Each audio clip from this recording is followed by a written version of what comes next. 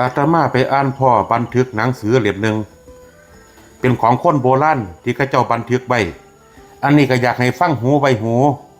เพิ่นว่าคนใกล้สิตายนี่มันมีหาสัญญาณเตือนได้โยมข้อแรกมักสิฝันเห็นคนที่ตายไปแล้วผู้นั้นผู้นี้มาหามาคุยน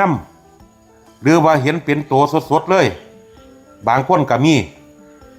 ข้อที่สองสิมีนกแสกมาห้องอยู่เทิงหลังคาบ้านของคนที่สิตายหรือว่าใกล้บริเวณห้องแจ๊กแกกอยู่ข้อที่สาม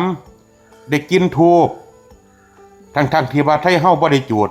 หรือว่าใกล้เคียงบ่มีไผจูดเลยกับกินคนตายทวนมาใส่ดังโลดข้อที่สี่อันนี้อาตมาเห็นหลายคนที่ป่วยหนักๆนี่โยมสามารถลุกขึ้นมากินข้าวกินน้ำได้หรือว่าพูดคุยกับเฮาหูเรื่อง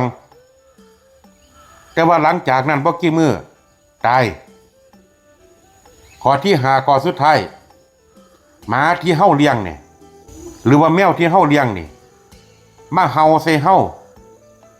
คือจังบ่ฮู้จักกันปานเฮาบ่ได้เลี้ยงอันนี้ก็เป็นคำเล่าของคนโบราณเด้อโยมฟังหูไว้หู